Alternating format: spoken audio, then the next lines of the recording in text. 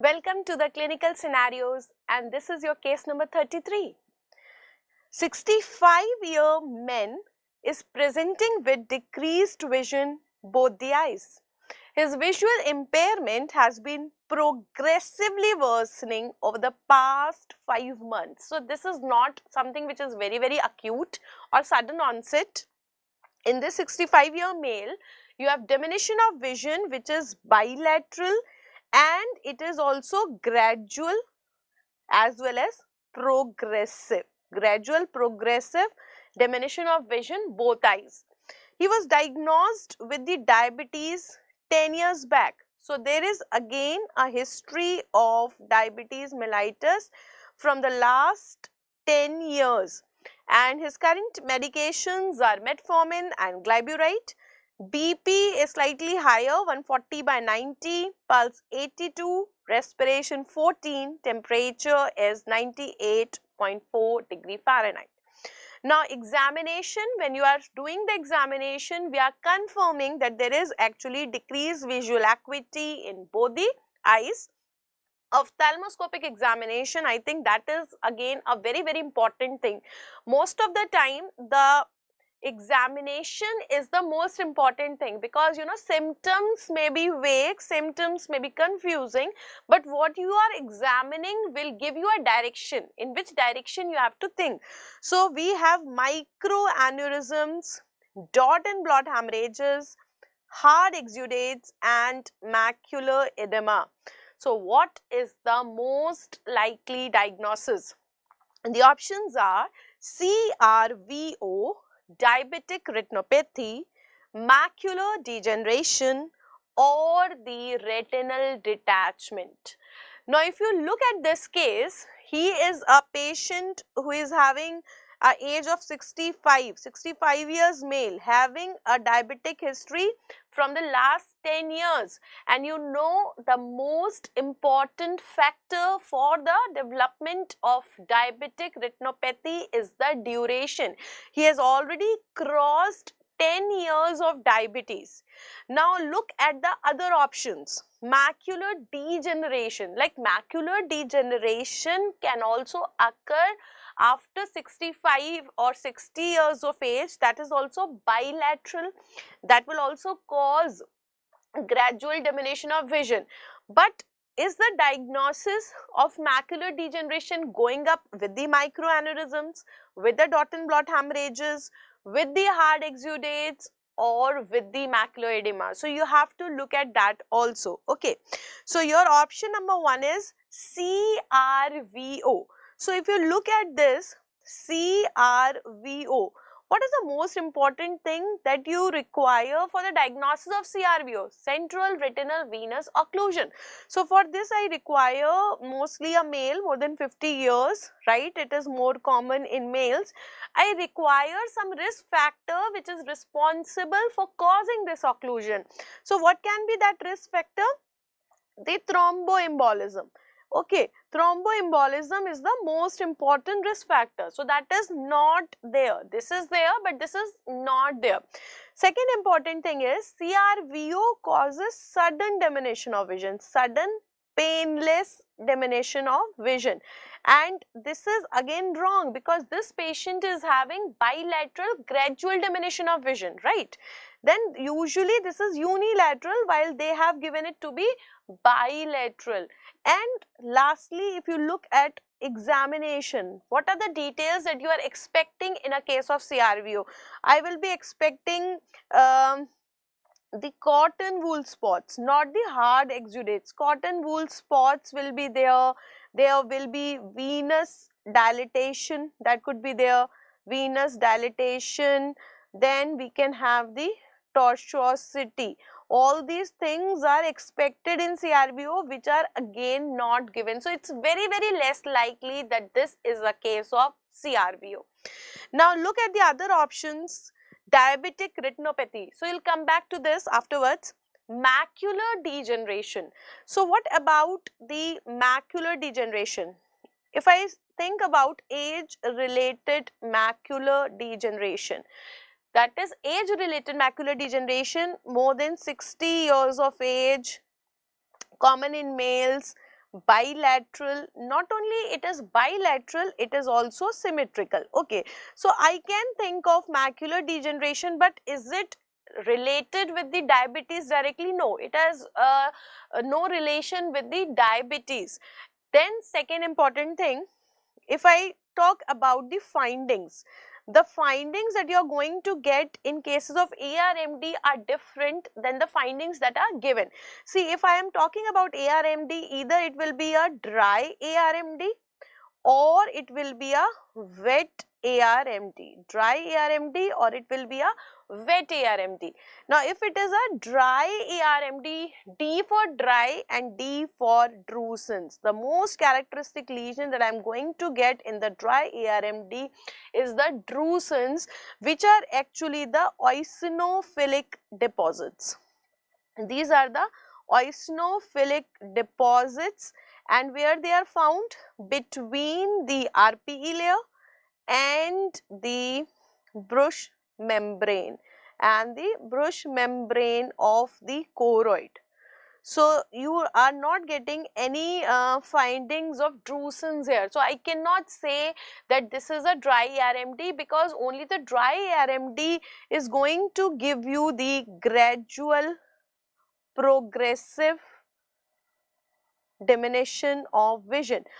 Although this diminution of vision is again very mild in cases of dry ARMD, means dry ARMD is not known to cause so much of diminution of vision, but nevertheless it can cause mild diminution of vision. That will be gradual progressive, bilateral, it is exactly symmetrical, but I should have drusen's to diagnose it. So this is not there. Now on the other hand, if I think about wet ARMD, wet ARMD is a severe condition, and that is going to cause the sudden diminution of vision. It is going to cause the severe diminution of vision, and in order to diagnose this wet ARMD, I should have the choroidal neovascularization. I should have the choroidal neovascularization. That is very important. So always in the question you will be getting CNVM. CNVM means choroidal neovascular membrane is present. That too is also not given in the question. So it's very unlikely that this is a case of macular degeneration. So we have ruled out CRVO, we have ruled out the macular degeneration.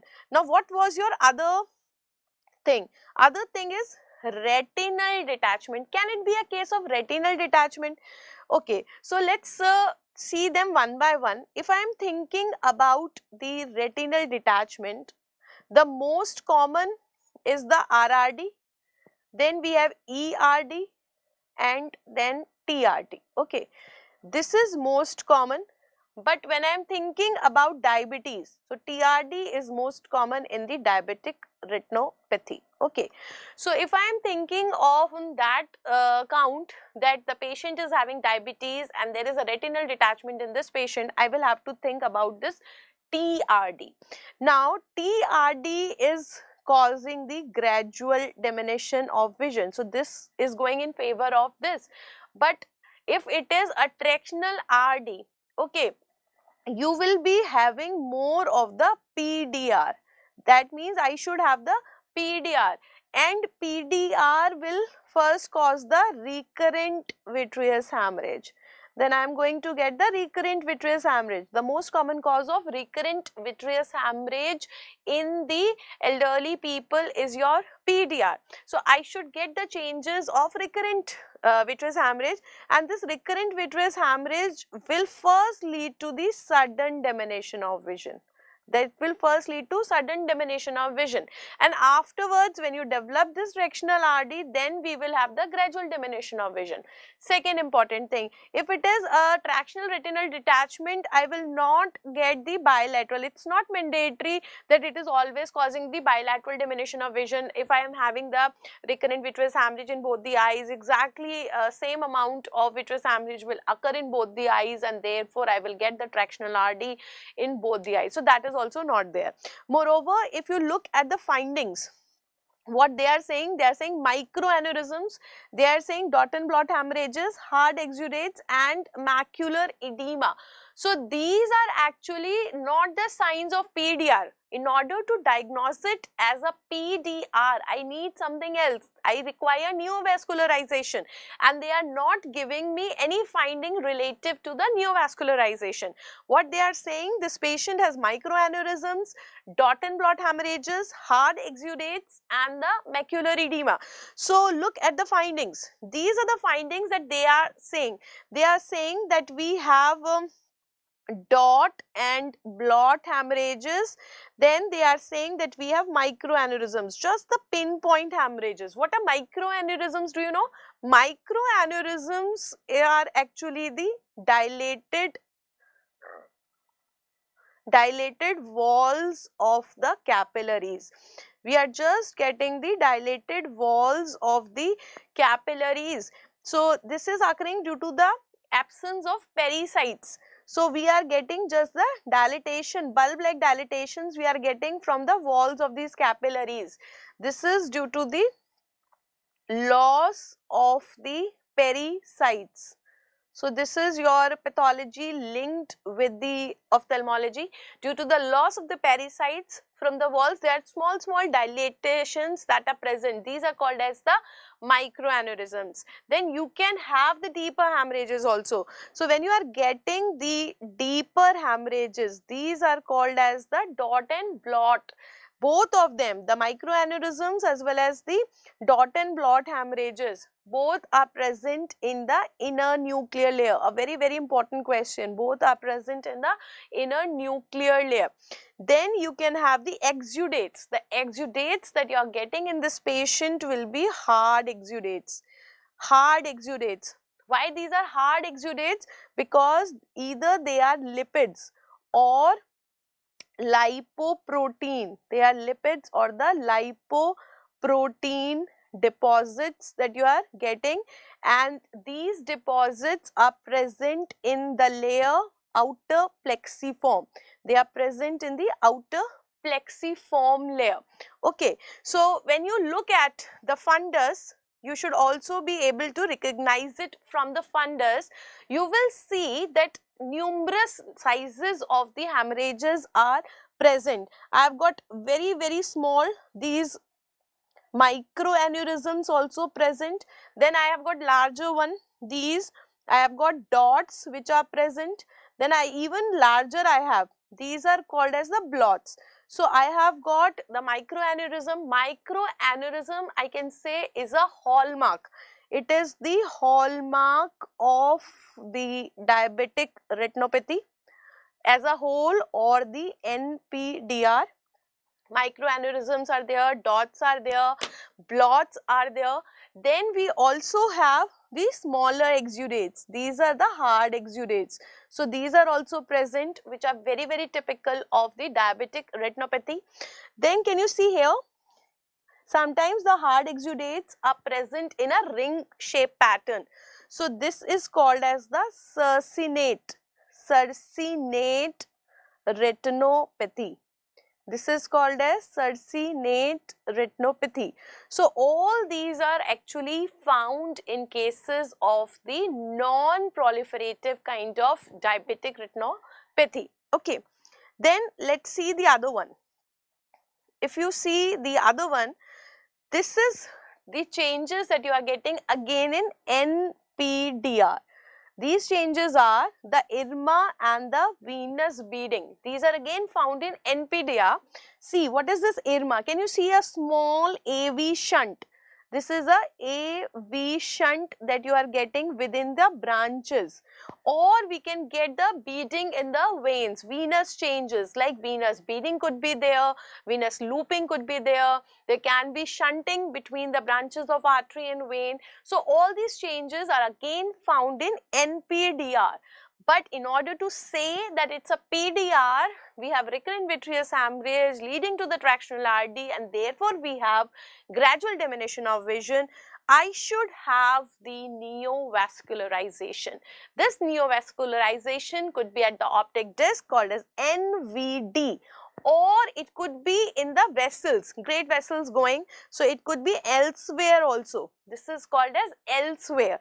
So neovascularization means neovascularization at disc, optic disc, that is called as NVD, and neovascularization elsewhere is NVE. This is your elsewhere.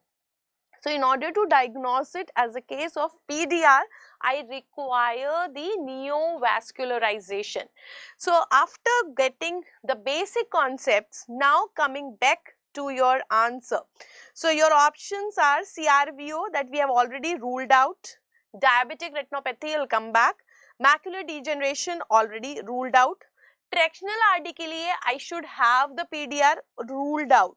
So your answer will be the diabetic retinopathy. So let us match this answer again. This patient is a 65 years male.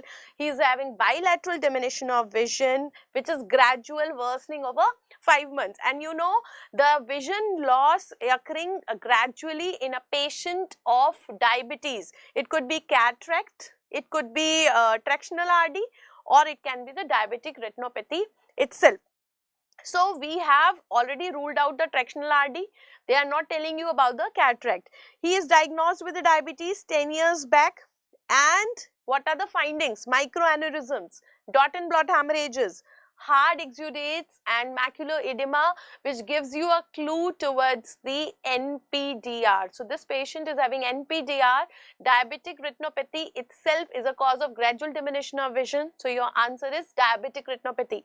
Now I would also like to give you a flow chart, which is very, very important to solve such kind of a questions. Whenever you get the vision loss, whenever you get a patient of vision loss in the diabetic retinopathy, so you have to analyze what is the cause of this vision loss in this patient who is having a diabetic retinopathy.